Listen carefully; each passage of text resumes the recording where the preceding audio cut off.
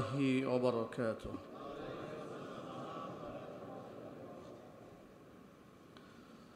الحمد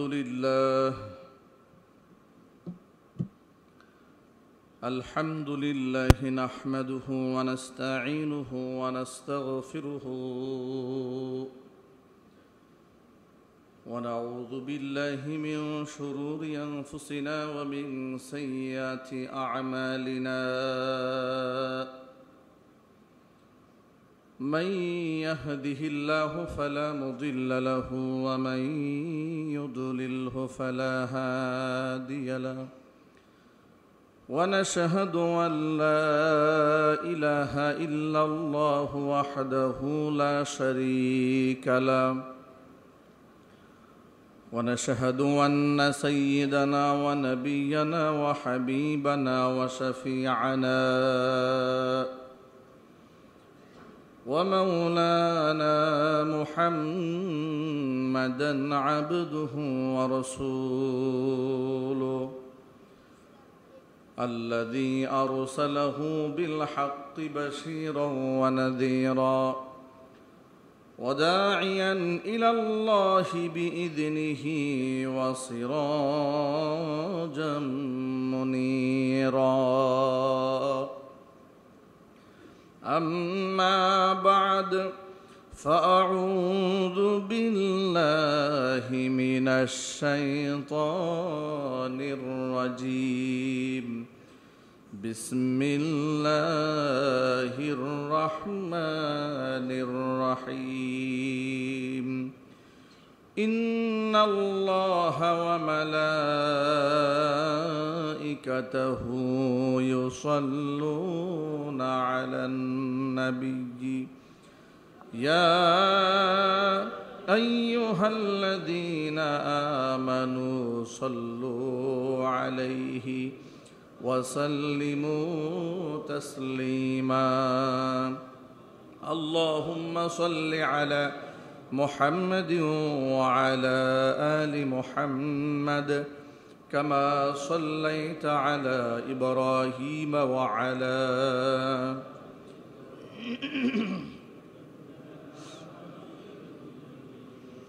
اللهم بارك على محمد وعلى آل محمد كما باركت على إبراهيم وعلى آل إبراهيم إنك حميد مجيد. মহান আল্লাহ রব্বুল আলামিনের দরবারে আলিশানে লাখো কোটি শুকরিয়া আদায় করছি যে মহান মনিব পবিত্র মাহে রমজানুল মুবারকের এক মাস সিয়াম সাধনার পরে আমাদেরকে ঈদ উল ফিতর উদযাপন করার সুযোগ করে দিয়েছেন। সাথে সাথে শাওয়াল মাসের প্রথম জুমা তার মহান হুকুম আদায় করার লক্ষ্যে যথাসময়ে তার ঘরে উপস্থিত হওয়ার তৌফিক দান করেছেন। হৃদয়ের সবটুকুন ভালোবাসা উজাড় করে শ্রদ্ধা জড়িত কণ্ঠে মহান মনিবের শেখানো ভাষায় শুকরিয়া আদায় করছি। জবান ছেড়ে দিয়ে সকলে একযোগে বলছি আলহামদুলিল্লাহ। রব্বানা লাকাল হামদ হামদান কাসীরা তাইয়িবান মুবারাকান ফীহি। রব্বানা লাকাল হামদু কামা ইয়ানবাগি লিজালালি ওয়াজহিকা ওয়া আযীমি সুলতানিকা। আল্লাহ রাব্বুল আলামিন আমাদের জুমার নামাজকে কবুল করুন। আমাদের জিন্দেগির গুনার খাতা আল্লাহ পাক মাফ করে দিন। রমজানুল মুবারকের শিক্ষা সারা বছর ধরে রাখার তৌফিক আল্লাহ পাক দান করুন। নবী করিম সাল্লাল্লাহু আলাইহি ওয়াসাল্লাম বলেছেন, মান সামা রমাদান থুম্মা আতবাআহু সিত্তাম মিন শাওয়াল কানা কাসিয়ামিদ দাহরি। যে ব্যক্তি রমজান মাসে রোজা রেখেছে এরপরে শাওয়াল মাসের 6টি রোজা রেখেছে, যে ব্যক্তি রমজান মাসের পুরো রমজান রোজা রেখে শাওয়ালের 6টি রোজা রাখে, কানা কা সিয়ামিদ দাহর, সে যেন সারা বছর রোজা রাখল। সারা বছর রোজা রাখার সওয়াব আমরা আমাদের আমলনামায় পেতে চাই ইনশাআল্লাহ। শাওয়াল শুরু হয়েছে গতকাল থেকেই। আমরা এই পুরো এক মাসের মধ্যে এটা আমরা ভেঙে ভেঙেও রাখতে পারবো, আমরা ইচ্ছা করলে একসাথেও রাখতে পারবো। আমরা প্রত্যেকেই এখানে যারা আছি এই দাওয়াতটা আমাদের ঘরে আমরা পৌঁছে দেব ইনশাআল্লাহ। ছোটবেলা থেকেই সাক্ষী রোজা হিসেবে আমরা শুনে এসেছি মানুষের মুখে, যদিও শরিয়াতে ইসলামে সাক্ষী রোজা বলতে কোনো রোজা নাই, কিন্তু এই রোজার ফজিলত অপরিসীম।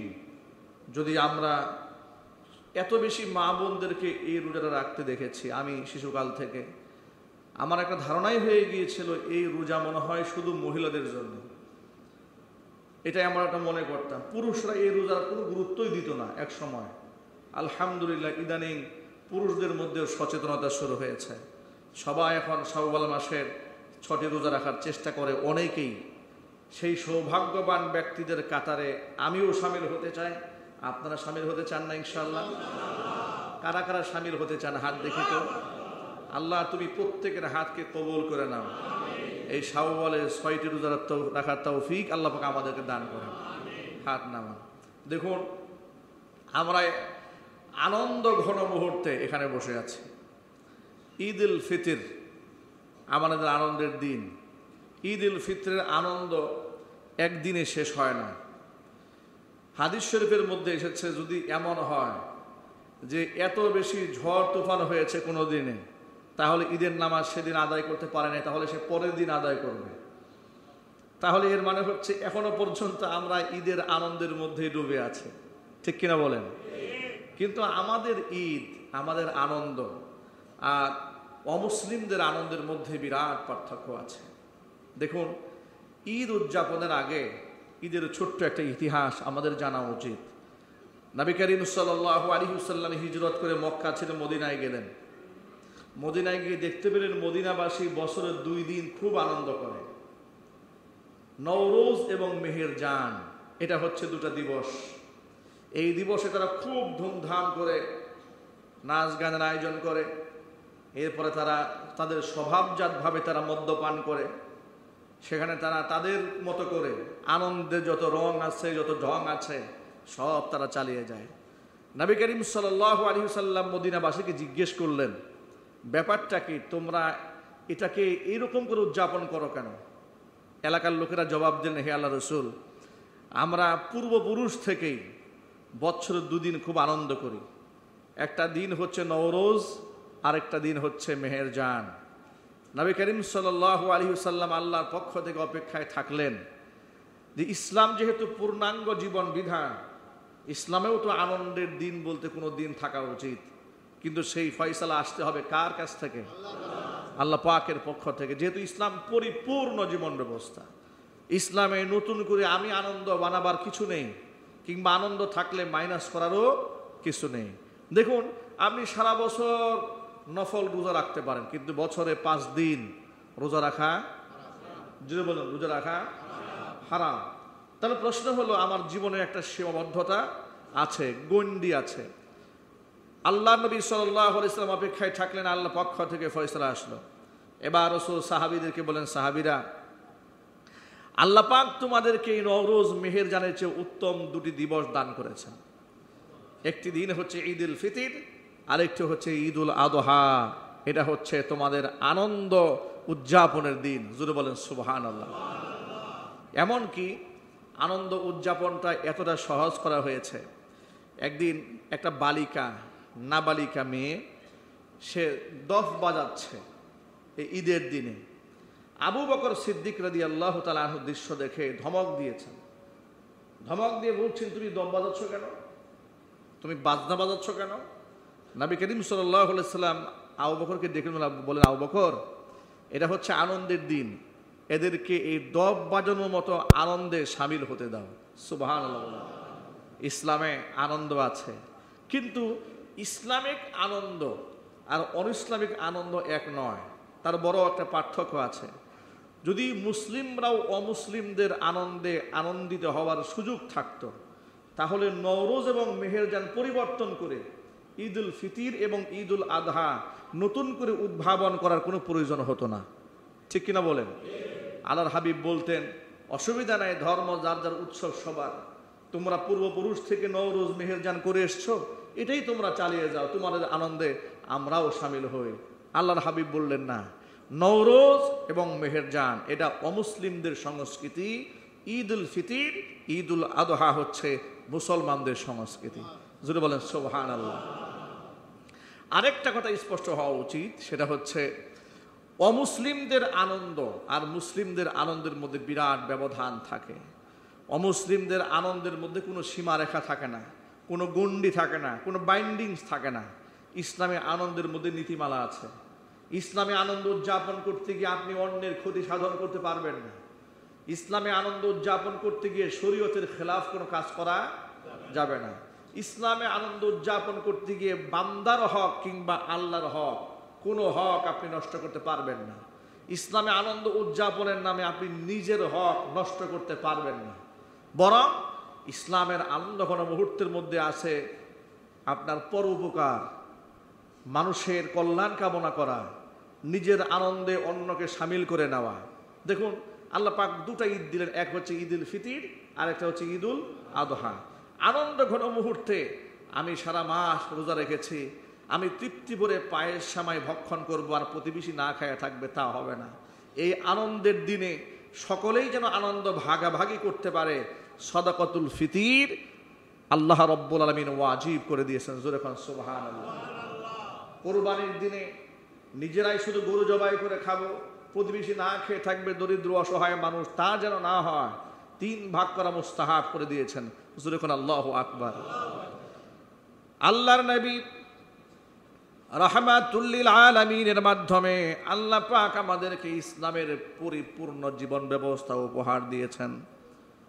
সূরাতুল মাইদার মধ্যে দ্ব্যর্থহীন ভাষায় আল্লাহ পাক বলেছেন, আল ইয়াউমা আকমালতু লাকুম দীনাকুম ওয়া আতমামতু আলাইকুম নি'মাতি ওয়া রাদিতু লাকুমুল ইসলাম দীনা। আজকের এই দিনে আমি তোমাদের জন্য তোমাদের দিনকে পূর্ণ করে দিলাম, আমার নিয়ামতকেও আমি পরিপূর্ণ করে দিয়েছি। জীবন ব্যবস্থা হিসেবে, ধর্ম দর্শন হিসেবে তোমাদের জন্য আমি আল্লাহ ইসলামকে মনোনীত করে নিয়েছি। আল্লাহর কাছে মনোনীত ধর্মের নাম কি? ইসলাম। পূর্ণাঙ্গ না অপূর্ণাঙ্গ? পূর্ণাঙ্গ ইসলামে আমার আনন্দ আছে। সুবহানাল্লাহ বলেন। সারা মাস সিয়াম সাধনার পরে আল্লাহর হাবিব বলেন, ঈদ উল ফিতরে ঈদগাহে যাওয়ার আগে সদকাতুল ফিতিরটা তুমি আদায় কেন করবে শোনো। কারণ এই সদকাতুল ফিতির হচ্ছে তু'মাতুল লিল মাসাকিন ওয়া তুহরাতুন লিস সাইমিন। সারা মাস ব্যক্তি রোজা রেখেছে, আল্লাহ যেভাবে হক আদায় করে রোজা রাখতে বলেছেন হয়তো আমাদের দ্বারা হয়ে ওঠে নাই। ঠিক কিনা বলেন? রোজার যে হক ছিল আমরা কি হুবহু পালন করতে পেরেছি? রোজা রেখে আমরা চোখের খেয়ানত করেছি, রোজা রেখে আমরা জবানের খেয়ানত করেছি, রোজা রেখে আমরা হাতের খেয়ানত করেছি। এই যে এতগুলো খেয়ানতে পূর্ণ রোজা যদি আল্লাহ কবুল না করেন, নবী করিম সাল্লাল্লাহু আলাইহি সাল্লাম বলেছেন তুহরাতুল লিসাইমিন, এটা হচ্ছে রোজার পরিপূরক। রমজান মাসে রোজাদার অনাকাঙ্ক্ষিতভাবে তার দ্বারা ঘটে যাওয়ার যে বিষয়গুলো আছে এসব কিছু থেকে যদি পরিত্রাণ চায় সে যেন সদকাতুল ফিতর আদায় করে নেয়। আল্লাহু আকবার বলেন। তু'মাতুল লিল মাসাকিন, এতিম মিসকিনদের জন্য আহার্যের ব্যবস্থা হলো, অন্যথা আর আরেক দিক থেকে রোজাদারের পরিত্রাণের ফয়সালা হলো। আল্লাহ পাক যেন এই নেক কাজ থেকে আমাদের কারো মাহরুম না করেন, আমরা যেন সকলে দায়িত্বশীল হয়ে যেতে পারি। আল্লাহ কবুল করে নেন। জোরে বলেন আমিন। এবার আসুন, নওরোজ এবং মেহেরজান, মুশরিকদের এই কালচার থেকে আমাদের কেন আমরা বের হয়ে এসেছি। যদি এই প্রসঙ্গে এ কথা বলার আমার মূল উদ্দেশ্য হচ্ছে, 2 দিন পরে বাংলাদেশে উদযাপিত হবে পহেলা বৈশাখ। ঠিক কিনা বলেন? একটু জোরে বলতে হবে, ঠিক কিনা? আচ্ছা, পহেলা বৈশাখ উদযাপন করা, পান্তা ইলিশ খাওয়া, রমনা বটমূলে যাওয়া, কিংবা সাদা লাল শাড়ি পরে ঢোল তবলা অঙ্কিত ছবি পরে রাস্তায় নেমে শাহবাগ চত্বরে মঙ্গল শোভাযাত্রা করা, এই কালচারগুলো বাংলাদেশে ইদানিং বেশি না কম? এটাকে পত্রপত্রিকাতে, মিডিয়াতে খুব হাইলাইট করা হচ্ছে। এমনকি অমুসলিমদের যত প্রকারের কালচার আছে সমস্ত কালচারকে দুঃখজনকভাবে প্রমোট করা হচ্ছে। আর ইসলামিক যত প্রকারের বিধিবিধান আছে, দুঃখজনক বাস্তবতা হচ্ছে এটা নেগেটিভভাবে জাতির সামনে উপস্থাপন করা হচ্ছে। যেমন পর্দাপুষিতার খারাপ দিকগুলা মিডিয়াতে প্রচার করা হয়, নাটক সিনেমায় দাড়ি টুপিকে ভিলেন বানিয়ে দেওয়া হয়, দুশ্চরিত্র ব্যক্তিদের আচরণ বোঝাবার জন্য মুখে লম্বা দাড়ি দিয়ে সাদা একটা জুব্বা পরিয়ে দেওয়া হয়, পাগড়ি পরিয়ে দেওয়া হয়। বাস্তবতা আছে না নাই? পক্ষান্তরে দেখুন, মুসলিমদের সবচেয়ে বড় আনন্দের সময় ছিল ইফতারের সময়। এটা আমি বলিনি, আল্লাহ রসুল বলেছেন।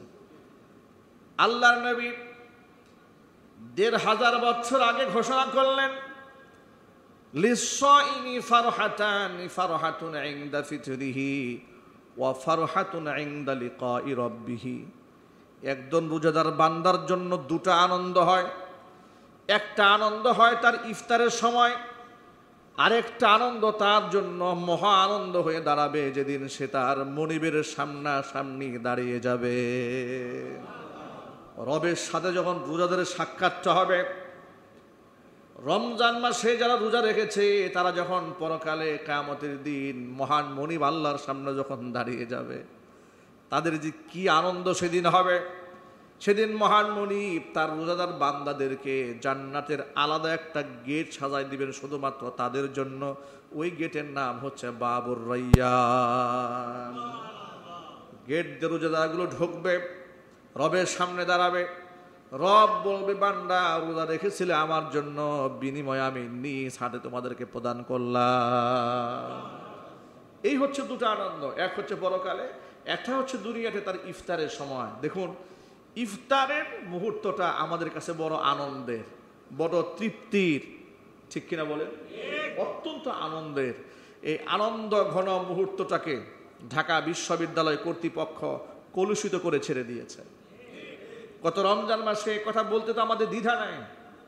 রমজান মাসে ঢাকা বিশ্ববিদ্যালয়ে রোজার কোনো ইফতার প্রোগ্রাম তারা পারমিশন পায়নি, পক্ষান্তরে হোলি উৎসবের পারমিশন কিন্তু ঠিকই পেয়েছে। আমাদের বলতে লজ্জা হয়, এই দেশটা কি আসলে মুসলমানদের দেশ না কাফের বেনিয়াদের দেশ?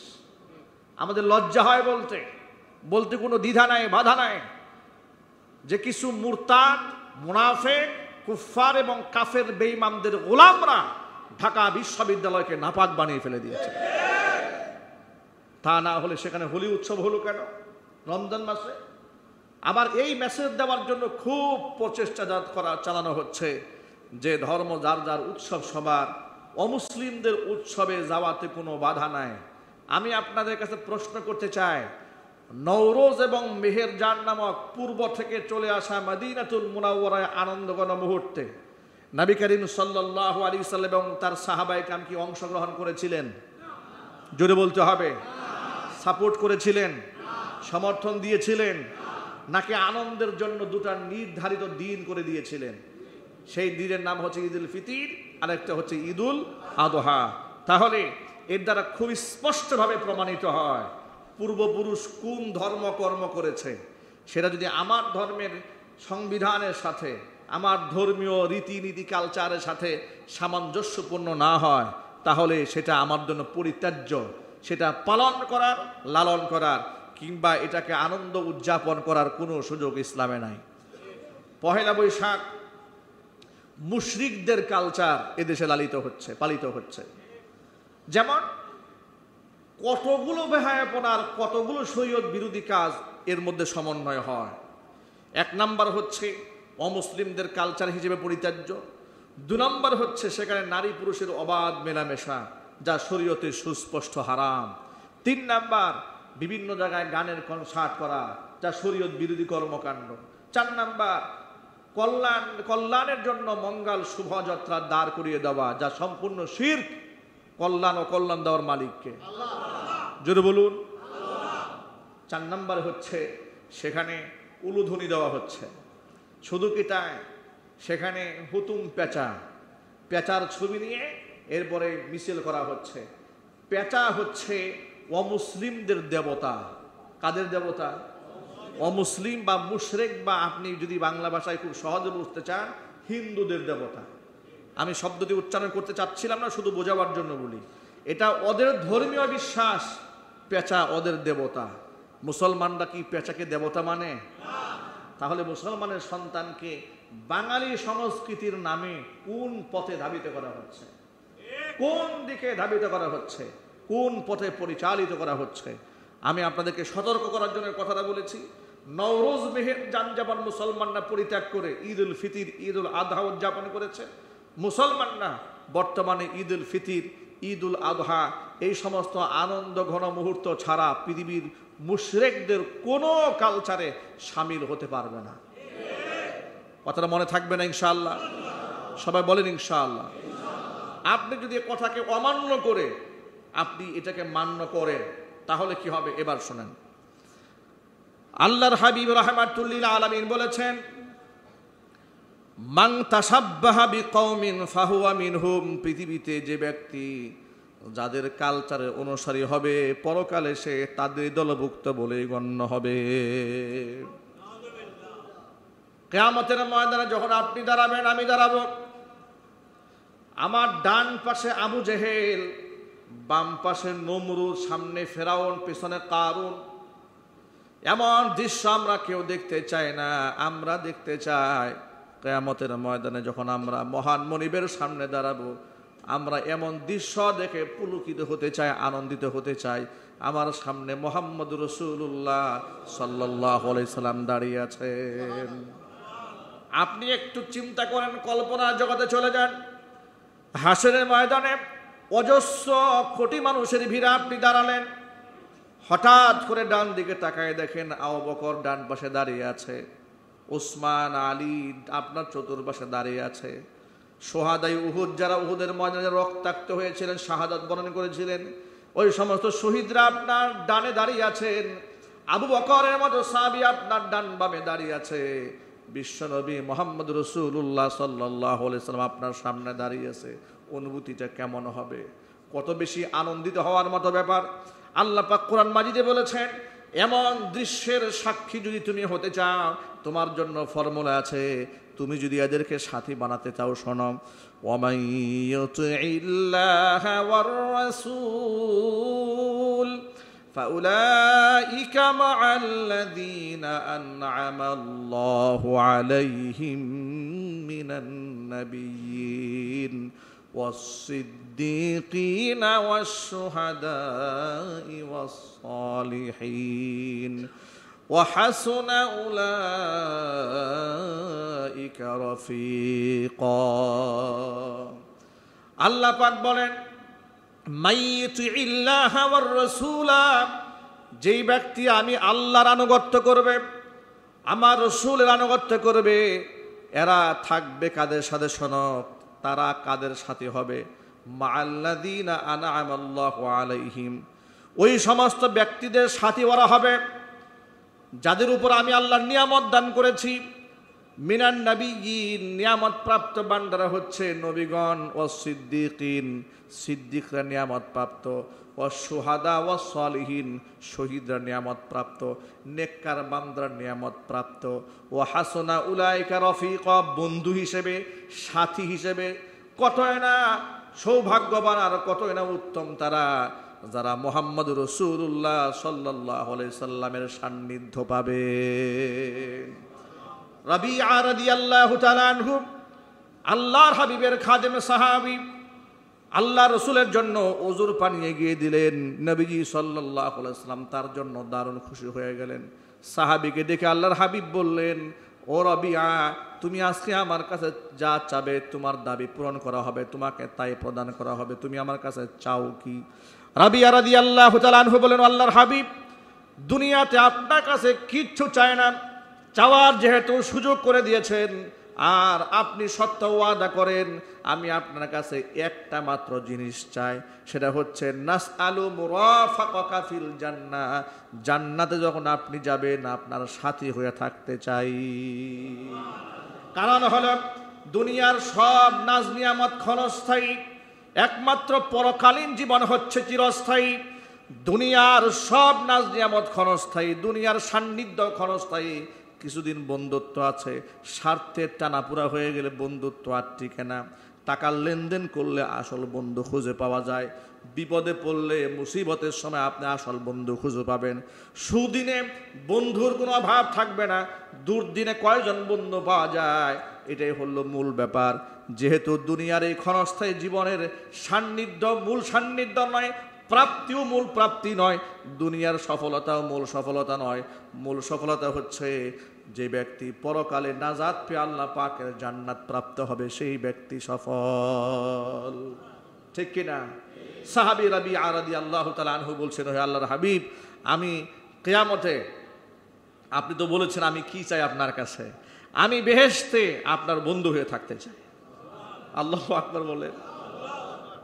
এমন একটা চাহাত, এমন একটা তামান্না আমাদের থাকা উচিত যে কিয়ামতে আমরা আবু জেহেলের সাথী হতে চাই না, আমরা গৌর গোবিন্দে কিয়ামতের হাসরের ময়দানে দাঁড়িয়ে আমার ডান পাশে নাস্তিক কবি শামসুর রহমানকে দেখতে চাই না, বাম পাশে শাহরিয়ার কবিরকে দেখতে চাই না, আমার চোখের সামনে হাসানুল হক ইনু, রাশেদ খান মেননকে দেখতে চাই না, মোহাম্মদ রাসূলুল্লাহকে দেখতে চাই। অনুভূতিটা কেমন হবে? আমার সামনে আমার নবীজি দাঁড়িয়ে আছেন হাউজে কাউসারের পিয়ালা নিয়ে, উম্মাহ দরদি, উম্মার জন্য চোখের পানি বিসর্জন দানকারী, সারা জিন্দেগি ভর তিনি উম্মার জন্য কান্নাকাটি করেছেন।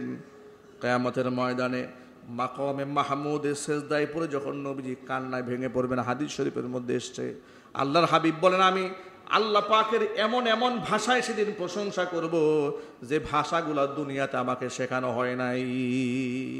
সেদিন আমার অন্তরে এলকা করে দেওয়া হবে, আমার অন্তরে ঢেলে দেওয়া হবে রবের পক্ষ থেকে এমন কিছু ভাষা, প্রশংসার কিছু বাণী, আমি সেগুলা দিয়ে দিয়ে আমার রবের সামনে এত এত প্রশংসা করতে থাকবো। একটা পর্যায়ে আমার রব আমাকে ডেকে বলবেন, চারটা কথা বলবেন। কয়টা? জোরে বলেন। আমাকে বলবেন ইরফা রাসাকা ইয়া মুহাম্মদ, মুহাম্মদ আপনি মাথা উঠান, ওয়াকুল ইউসমা, আপনি বলুন আপনার কথা আজকে শোনা হবে, ওয়াসাল তো আপনি আজকে চান আপনাকে প্রদান করা হবে, ওয়াসফা তুসাফা, আপনি সুপারিশ করুন আপনার সুপারিশ আজকে মঞ্জুর করা হবে। আল্লাহর পক্ষ থেকে নবীজি সাল্লাল্লাহু আলাইহি সাল্লামকে চারটা কথা বলা হবে। এক নাম্বার কথা হলো মাথা উঠান, দুই নাম্বার কথা আপনি বলেন আপনার কথা আজকে শোনা হবে। সুবহানাল্লাহ কোন, আল্লাহু আকবার বলেন। ভাবা যায় কথাটা কতটা মজবুত কথা, কতটা ভালোবাসার কথা, কতটা মহাব্বতের ব্যাপার, যেখানে আদম আলাইহিস সালাতু ওয়াস সালাম থেকে শুরু করে কিয়ামত পর্যন্ত যত মানুষ পৃথিবীতে এসেছে সমস্ত মানুষরা দাঁড়িয়ে আছে, কারো কথা শোনা হচ্ছে না, কারো কোনো সে নাই, কারো কোনো বক্তব্য নাই, কেউ সামনে সাহস করে মাথা তোলা কথাও বলতে পারছে না। একজন ব্যক্তিকে আল্লাহ পাক বলবেন মাথা উঠান, আপনি বলুন আপনার কথা আজকে শোনা হবে। আপনি চান আপনার চাওয়া আজকে পূর্ণ করে দেওয়া হবে। আপনি কার জন্য সুপারিশ করতে মনে চায় করুন আপনি আমার কাছে, আপনার সুপারিশ মঞ্জুর করে দেওয়া হবে।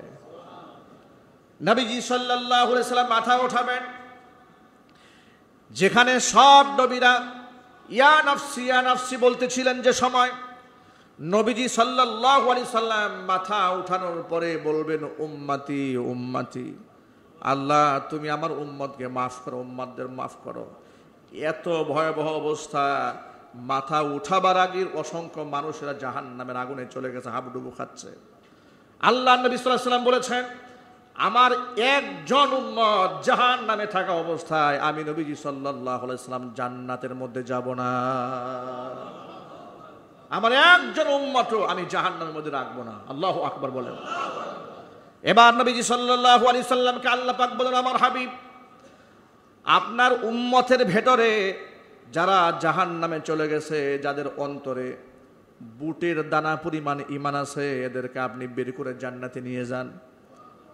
নবীজি সাল্লাল্লাহু আলাইহি সাল্লাম বৃহৎ একটা একদল বাহিনী যারা জাহান্নামে চলে গেছে, তাদেরকে বাছাই করে করে নবীজি সাল্লাল্লাহু আলাইহি সাল্লাম জান্নাতের মধ্যে ঢুকাই দিবেন।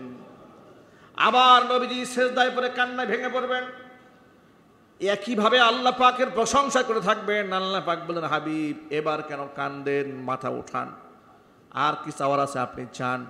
এবার দ্বিতীয়বার নবীজি সাল্লাল্লাহু আলাইহি সাল্লামকে আল্লাহ একই কথা বলবেন, আপনি মাথা উঠান, আপনি বলেন, আপনার কথা আজকে শোনা হবে, আপনি আজকে চান, আপনার চাওয়া পূর্ণ করে দেওয়া হবে, আপনি সুপারিশ করেন, মঞ্জুর করা হবে। এবার নবীজি সাল্লাল্লাহু আলাইহি সাল্লাম আবার মাথা উঁচা করবেন, মাথা উঁচা করে আবার পূর্বের মতো বলতে থাকবেন, উম্মতি উম্মতি। আল্লাহ, আমার দিল ঠান্ডা হয় নাই, আমার এখনো অসংখ্য উম্মত জাহান্নামে আছে। আল্লাহ পাক এবার বলবেন, আমার হাবিব, যাদের অন্তরে বুটের চেয়ে কম সরিষা দানা পরিমাণ ঈমানও যাদের আছে, এদেরকে বাছাই করে করে জাহান্নাম থেকে আপনি জান্নাতে নিয়ে যান। নবীজি সাল্লাল্লাহু আলাইহি সাল্লাম বৃহৎ একটা অংশকে জাহান্নাম থেকে নিজ হাতে এদেরকে উদ্ধার করবেন। আল্লাহু আকবার বলেন। কিন্তু এতেও রাসূলের দিল খুশ হয় নাই, আবার সিজদায় পড়ে কান্না ভেঙে পড়ছেন। এত বেশি কান্না করবেন, আল্লাহ পাক আবারও বলবেন, তৃতীয়বার বলবেন, কেন আপনি কান্দেন, মাথা উঠান, কি চাওয়ার আছে চান, কি বলবেন বলেন, আজকে আপনার কথা আমরা শুনব, আপনার কি দাবি দেওয়া আছে আপনার দাবি আজকে মিটিয়ে দেওয়া হবে, কি সুপারিশ আছেন সুপারিশ করুন, মঞ্জুর করে দেওয়া হবে। মুহাম্মদ সাল্লাল্লাহু আলাইহি ওয়াসাল্লাম তৃতীয়বারও একই কথা বলবেন, উম্মতি উম্মতি। আল্লাহ পাক বলবেন, হাবিব, তাড়াতাড়ি আপনি যান, গিয়ে দেখেন আপনার উম্মতের মধ্যে একেবারে জাররা থেকে জাররা, সূক্ষ্ম থেকে অতি সূক্ষ্ম ঈমানও যাদের অন্তরে আছে, এদের একটাকে আপনি জাহান্নামে রাখবেন না, সবগুলা কেটে এনে জান্নাতে নিয়ে যান। চিৎকার দিয়ে এখন আল্লাহু আকবার। নবী করিম সাল্লাল্লাহু আলাইহি ওয়াসাল্লাম তৃতীয় মর্তবা জাহান্নাম থেকে বিরাট একটা অংশের মানুষদেরকে উদ্ধার করে জান্নাতে যখন ঢুকাই দিবেন, আল্লাহর হাবিবের মন তখনও তৃপ্ত হয় নাই, এখনো নবীজি সাল্লাল্লাহু আলাইহি ওয়াসাল্লামের চোখের পানি ঝরে। আবার নবীজি সিজদায় পড়ে কান্নায় ভেঙে পড়লেন। নবীজি সাল্লাল্লাহু আলাইহি ওয়াসাল্লামকে আল্লাহ পাক বলবেন, হাবিব, এখন আর কেন কান্দেন, যাররা পরিমাণ ঈমানও যাদের আছে তাদেরকে তো আমি জাহান্নাম থেকে মুক্ত করে দিয়েছি। নবীজি সাল্লাল্লাহু আলাইহি ওয়াসাল্লাম তিনবার আল্লাহর পক্ষ থেকে সুযোগ পেয়েছেন, একবার নিজের কথা, পরিবারের কথা একবারও উচ্চারণ করেন নাই। এমনকি চতুর্থবারের মতো যখন দাঁড়ালেন, নবীজি সাল্লাল্লাহু আলাইহি ওয়াসাল্লাম বলেন, আল্লাহ, এটাই আমার লাস্ট চাওয়া, একটা জিনিস আপনার কাছে আমি চাবো, এই আমার শেষ চাওয়া। আপনাদের কাছে কি মনে হচ্ছে, নিজের জন্য বলবেন এবার নাকি পরিবারের জন্য বলবেন? নিজের জন্য বললেন না, পরিবারের জন্য বলবেন না, আল্লাহর হাবিব রাহমাতুল লিল আলামিন আল্লাহকে বলবেন, রব্বুল আলামিন, এটাই আমার শেষ চাওয়া, আর কিছু তোমার কাছে আমি চাবো না। আমার চাওয়া হচ্ছে গোটা জীবনে যারা একবার লা ইলাহা ইল্লাল্লাহ বলেছে, গোটা জীবদ্দশায় যারা একবার শুধু লা ইলাহা ইল্লাল্লাহ বলেছে, যাদের ঈমান পরিমাপ দিয়ে মাপাও যায় না, যাররাও বলা যায় না, সূক্ষ্ম বলা যায় না, অতি সূক্ষ্ম বলা যায় না, শুধুমাত্র কেবলমাত্র একটি বার শুধু লা ইলাহা ইল্লাল্লাহ বলেছে, আপনি আমার সুযোগ দেন, ওই সমস্ত মানুষগুলাকে জাহান্নামের আগুন থেকে মুক্ত করে আমি জান্নাতে নিয়ে যাব। আল্লাহ পাক তখন আল্লাহর হাবিবকে বলবেন, কিফিয়া মুহাম্মদ, ও মুহাম্মদ, আপনি এবার থেমে যান, এবার আপনি থামুন, এখানে আপনার এই ব্যাপারে আপনার কোনো হস্তক্ষেপ চলবে না, আপনি এবার থামেন। মুহাম্মদ সাল্লাল্লাহু আলাইহি ওয়াসাল্লাম খামোশ হয়ে যাবেন। আল্লাহ পাক তার রাসূলের মনোবাঞ্ছনা পূরণ করার জন্য নিজ থেকে উদ্যোগী হয়ে আল্লাহ পাক বললেন, ওয়া বিইজ্জাতি, আমার ইজ্জতের কসম, ওয়া কুদরতি, আমার কুদরতের কসম, অবি আজমাতি, আমার বরত্বের কসম, আমার অহংকারের কসম, আমার শ্রেষ্ঠত্বের কসম করে বলি, গোটা জীবনে যারা একবার লা ইলাহা ইল্লাল্লাহ বলেছে এদেরকে আমি একজনকেও জাহান্নামে রাখবো না, আমি নিজ হাতে বাছাই করে করে এদেরকে আমি জান্নাতে ঢুকাই দেব। আমার প্রিয় ভাইয়েরা, আমি শুধুমাত্র এ কথা বোঝাতে চেয়েছি আপনার সামনে আল্লাহর নবী কতটা উম্মাহ দরদি ছিলেন, কতটা মোহাব্বত করেছেন উম্মাকে। জীবনের সর্বশেষ মুহূর্তে চাওয়ার ক্ষেত্রে নবীজি একবার নিজের জন্য ডিমান্ড করলেন না, হাসানের কথা বললেন না, হোসেন রাদিয়াল্লাহু তাআলা আনহুর কথাও নবীজি বলবেন না, ফাতিমাতুজ জাহরা রাদিয়াল্লাহু তাআলা আনহা কলিজার টুকরা তার কথাও বলবেন না। বারবার শুধু উম্মতি উম্মতি এ কথা বলে যিনি রবের সামনে কান্নায় ভেঙে পড়বেন। আমার আফসোস লাগে সেই নবীর উম্মত হওয়ার পরে মুহাম্মদ সাল্লাল্লাহু আলাইহি ওয়াসাল্লামের আদর্শ পরিত্যাগ করে কাফের বেঈমানদের আদর্শ যারা গ্রহণ করে তাদের চেয়ে কপাল পোড়া হতভাগা জমিনের মধ্যে আর নাই। এ কথা খুব ভালো করে মনে রাখেন। আপনি হয়তো বলতে পারেন পহেলা বৈশাখ উদযাপন করলে অসুবিধা কি, সমস্যা কোথায়? এক বাক্য হলো পহেলা বৈশাখ মুসলিমদের সংস্কৃতি নয়, কাফের বেঈমানদের সংস্কৃতি, অশ্লীলতার সংস্কৃতি, ইসলাম বিরোধী সংস্কৃতি। হোলি খেলা মুসলমানদের সংস্কৃতি নয়। এমনকি খ্রিস্টানদের বড়দিন যখন আসে ক্রিসমাস ডে 25শে ডিসেম্বর, এটা মুসলমানদের আনন্দ উদযাপনের দিন নয়। মুশরিকদের শারদীয় দুর্গা উৎসব যখন আসে মুসলমানদের আনন্দের দিন নয়। আল্লাহর কসম, গৌতম বুদ্ধের যখন বুদ্ধ পূর্ণিমা আসে তখন এটা মুসলমানদের আনন্দের দিন নয়। এই কথাগুলো মনে থাকবে। যদি আপনি এ কথাটা ভুলে যান, যদি বলেন হুজুর সব জায়গায় কেন আপনার ধর্ম টানে, কিছু লোক সমাজে আছে না নাই, শিক্ষিত নামক মূর্খ, শিক্ষিত নামক মূর্খরা বলেন হুজুর সব জায়গায় কেন ধর্ম টানেন? ধর্ম থাকবে ধর্মের জায়গায়, রাজনীতি থাকবে রাজনীতির জায়গায়, ব্যবসা বাণিজ্য থাকবে ব্যবসা বাণিজ্যের জায়গায়। আপনি কি এরকম ধর্ম বিশ্বাস করেন? ইসলাম ধর্ম কি এরকম একটা ধর্ম? ইসলাম ধর্ম এমন ধর্ম নয়। আফাতুমিনুনা বিবাদিল কিতাবি ওয়া তাকফুরুনা বিবাদ, কিতাবের কিছু অংশের উপর ঈমান আনবেন আর কিছু অংশ করবেন অস্বীকার। এই যদি হয় আপনার অবস্থা, ফামা জাযাউ মান ইয়াফআলু যালিকা মিনকুম ইল্লা খিজিয়ুন ফিল হায়াতিদ দুনিয়া ওয়া ইয়াউমাল কিয়ামাতি ইউরাদ্দুনা ইলা আশাদ্দিল আযাব ওয়া মাল্লাহু বিগাফিলিন আম্মা তা'মালুন।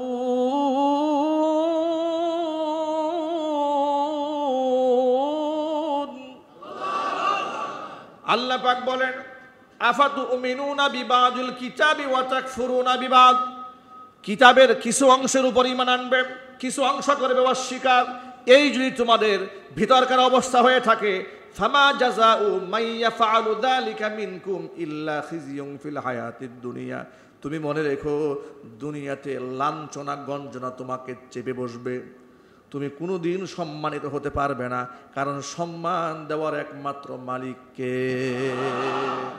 টাকা দিয়ে তুমি সম্মানিত হতে পারবে না, ক্ষমতা দিয়ে সম্মানিত হতে পারবে না, জবরদস্তি করে জোর করে তুমি এমপি হয়ে থাকতে পারবে, কিন্তু লাঞ্ছনা গঞ্জনা জুতার বাড়ি খেয়ে ময়দান ছেড়ে পালিয়ে যেতে হবে।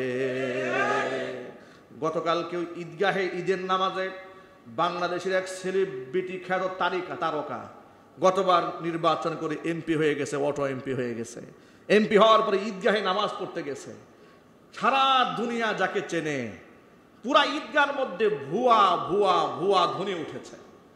এর থেকে লাঞ্ছনা, এর থেকে জুতার বাড়ি আর কি হতে পারে? কথা বলতে হবে, ঠিক কিনা বলেন?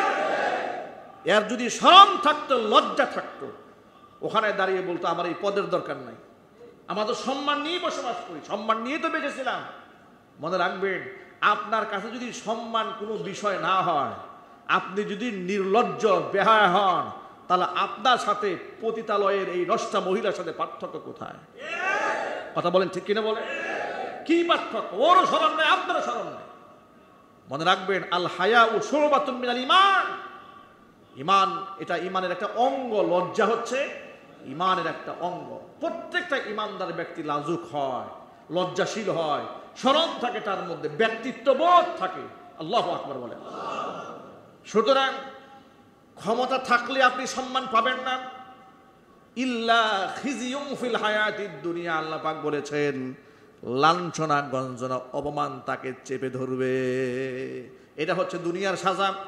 ওয়া ইয়াউমাল কিয়ামাতি ইউরাদ্দুনা ইলা শাদ্দিল আযাব। আর কিয়ামত দিবসে তাকে কঠিন শাস্তির সম্মুখীন করা হবে। ওয়াল্লাহু বিগাফিরিন আম্মা তা'মালুন। তোমরা যা করো সে সম্পর্কে আমি আল্লাহ উদাসীন নই, গাফিলও নই। তুমি কিন্তু ভুলেও মনে করো না তোমার কর্মকাণ্ড আমার অগোচরে হচ্ছে। তোমার সব কর্মকাণ্ড রেকর্ড হচ্ছে, আমি সব দেখতে পাচ্ছি। ইন্নাল্লাহা লা ইয়াখফা আলাইহি শাইউন ফিল আরদি ওয়ালা ফিস সামা। আসমানে জমিনে কোনো কিছু আমার চোখের আড়ালে হয় না, সব দেখতে পান যিনি, তিনি কে? আল্লাহ। তিনি কে? আল্লাহ। সুতরাং আমরা এই মুশরিকদের কালচারকে বর্জন করব। পহেলা বৈশাখ নামক শিরকি অনুষ্ঠান পরিত্যাগ করব। এই দিবস উপলক্ষে না ঘরের মধ্যে কোনো পান্তা ইলিশ চলবে, এই দিবস উপলক্ষে না আপনার স্ত্রী কোনো ভিন্ন শাড়ি পরবে, না আপনার সন্তানকে আপনি বটমূলে পাঠিয়ে দেবেন। আমরা কি এই অপসংস্কৃতি রুখে দিতে পারবো না ইনশাল্লাহ? কারা কারা পারবে হাত তোলেন, ওয়াদা করেন, মসজিদ থেকে ওয়াদা করেন, আল্লাহ তুমি কবুল করে নাও। জোরে কোন আমিন। হাত নামান। দেখুন আপনাদেরকে এই সমস্ত ব্যাপারে সতর্ক করার উদ্দেশ্যটা কি? আমরা এমন একটা সমাজ বিনির্মাণ করতে চাই যার প্রত্যেকটা রন্ধ্রে রন্ধ্রে মানুষ হক, হালাল, জায়েজ, নাজায়েজ তারা উপলব্ধি করতে পারে। যদি তারা শয়তানের ওয়াসওয়াসায় করেও ফেলে, যেন তার আত্ম উপলব্ধি হয়। জুমার মসজিদে শুনে এসেছিলাম, হুজুর তো বলেছে এটা মুশরিকদের কালচার, যেন তার বিবেক তাকে কুড়ে কুড়ে খায়। ঠিক কিনা বলেন? এই আওয়াজ ঘরের মধ্যে পৌঁছে দেবেন ইনশাআল্লাহ বলেন। আর ইসলামকে পরিপূর্ণ জীবন ব্যবস্থা হিসেবে গ্রহণ করে ইসলামের খুঁটিনাটি যত দিক আছে সবগুলোকে আমরা আমাদের পরিবারের মধ্যে অ্যাপ্লাই করবো ইনশাআল্লাহ। পারবো না? এই যে মুখের দাড়ি রাখাটা, এটা আমার অহংকার, এটা আমার অলংকার। আমি ধন্য, আমি অনন্য, আমি গর্বিত, আমি প্রশংসিত, আমি আনন্দিত, আমি উচ্ছ্বসিত, আমি উজ্জীবিত মুখের দাড়ি নিয়ে। আল্লাহু আকবার। হীনমন্যতায় ভোগার তো কোনো কারণ নেই, বরং যে দাড়ি কেটেছে সেই হীনমন্যতায় ভুগবে। মুহাম্মদ সাল্লাল্লাহু আলাইহি ওয়াসাল্লামের সান্নিধ্য সে চায় না। ঠিক কিনা বলে? কারো মসজিদে সেজদায় পড়ে চোখের পানি ছেড়ে দিল খুশ হয়, আবার কারো দিল খুশ হয় নাইট ক্লাবে গিয়ে। দুইজনের দিল তো এক দিল নয়। কারো কোরআন তেলাওয়াত শুনলে মন প্রশান্ত হয়, আর কারো সিনেমার গান না শুনলে মন প্রশান্ত হয় না। আছে না নাই? সবার দিল কি এক দিল? জোরে বলেন। কোরআন শরীফ তো বলে দিয়েছে লাহুম কুলুবুন লা ইয়াফকাহুনা বিহা। সবার দিল এক দিল নয়, সবার চোখ এক চোখ নয়, সবার কান এক কান নয়। সুতরাং যারা মুহাম্মদ সাল্লাল্লাহু আলাইহি ওয়াসাল্লামের সান্নিধ্য চান, পরকালে দেখতে চান, ডান পাশে আবু বকর দাঁড়ানো, বাম পাশে ওমর দাঁড়ানো, খোলাফায়ে রাশিদিন সামনে দাঁড়িয়ে আছে আর আপনি পেছনে দাঁড়িয়ে আছেন, এমন অনুভূতি, এমন একটা দৃশ্যের সাক্ষী যদি আমরা হতে চাই, মুহাম্মদ সাল্লাল্লাহু আলাইহি ওয়াসাল্লামের রেখে যাওয়া প্রত্যেকটা আদর্শকে সমাজের মধ্যে আমরা বাস্তবায়ন করব ইনশাআল্লাহ। আল্লাহ তুমি আমাদের আমল করার তৌফিক দান করো। আল্লাহ পাক আমাদের সন্তানদেরকে যেন কবুল করেন। দেশের উপর আল্লাহ পাক খায়ের এবং বরকত নাজিল করেন। আসমান জমিনের সমস্ত বালা মুসিবত থেকে এই দেশকে আল্লাহ হেফাজত করেন। এই কিছুদিন আগে দেখেছেন শিলা বৃষ্টিতে কত মানুষের ক্ষয়ক্ষতি হয়েছে, ঠিক না? কত মানুষের গাড়ির গ্লাস ভেঙে গেছে, আপনার টিনের চালগুলোকে একদম ছিদ্র ছিদ্র হয়ে গেছে, মাথার উপর পড়ে মাথা ফেটে গিয়েছে। আমি আমার জীবদ্দশায় এমন শিলাবৃষ্টি জীবনেও দেখি নাই। এই বছর এমন পাথরের মতো একটা শিলাবৃষ্টি, এটা কি রহমত? জোরে বলেন রহমত। আমাদের ভয় পাওয়ার দরকার আছে না? নাই। এসব হচ্ছে সতর্কবাণী। কি বাণী? সতর্কবাণী। হাদিস শরীফের মধ্যে এসছে যে তোমরা যদি সতর্ক না হও তাহলে তোমাদের উপর আল্লাহ পাথরের বৃষ্টি বর্ষণ করবে। শুরু হয়ে গেছে পাথরের বৃষ্টি। এই পাথরের চেয়ে জঘন্য। আল্লাহ তুমি আমাদের এই পাপ থেকে মুক্ত থাকার তৌফিক দান করো। আমাদের এই ঈদের আনন্দঘন মুহূর্তে আনন্দের মধ্যে সকলেই আমরা একে অপরকে শামিল করে নিতে চাই। আমাদের পরিবার পরিজন প্রতিবেশী যারা আছেন সুখে দুঃখে তাদেরকে আমরা পাশে চাই এবং তাদের সান্নিধ্যে থেকে আমরা যেন তাদেরও সেবা করে আল্লাহ পাকের জান্নাত কামাতে পারি, সেই তৌফিক আল্লাহ পাক আমাদেরকে দান করেন। আমিন। ওয়া আখিরু দাওয়ানা আনিল হামদুলিল্লাহি রাব্বিল আলামিন। ক্বাবলাল জুমআ 4 রাকাত